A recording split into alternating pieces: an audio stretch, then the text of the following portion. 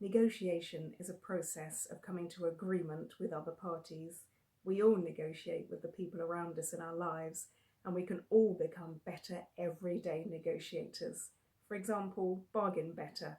Bargaining is a form of reciprocal deal where you say, if you do this, I will respond in this way.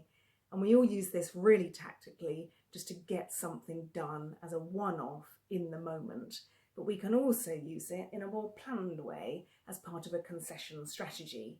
This means that you make a clear commitment for what it is that you want to achieve, and you also state what your worst case scenario would be, and anything between those two states is some sort of success. What the concession strategy is about is for identifying the elements that are more important to you and things that you might be prepared to be more flexible on. This changes your negotiation from a single unilateral red line and a single issue to multiple scenarios that could be achieved over the course of time and potentially in different ways. Also ensure you have negotiation goals and not a wish list.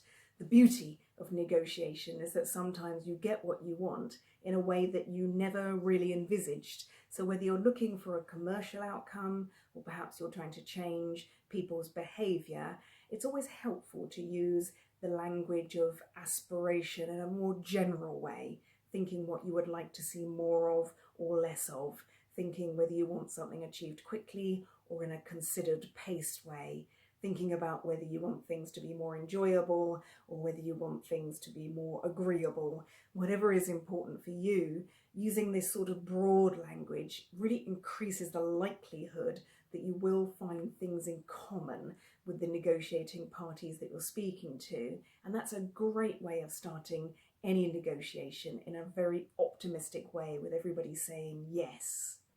Also take the time to watch other parties.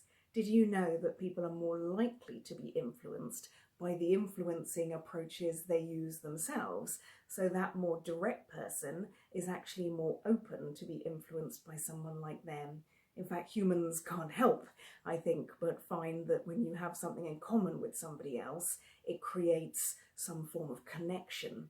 But you do have to take some time to stand back and allow people the time to show you how they wish to be influenced. So watch people more when you negotiate. You might even find that you observe that others have been adapting their approach in order to be in sync with your influencing style. Also in negotiation, don't give in, don't fold too early. In fact, don't fold at all.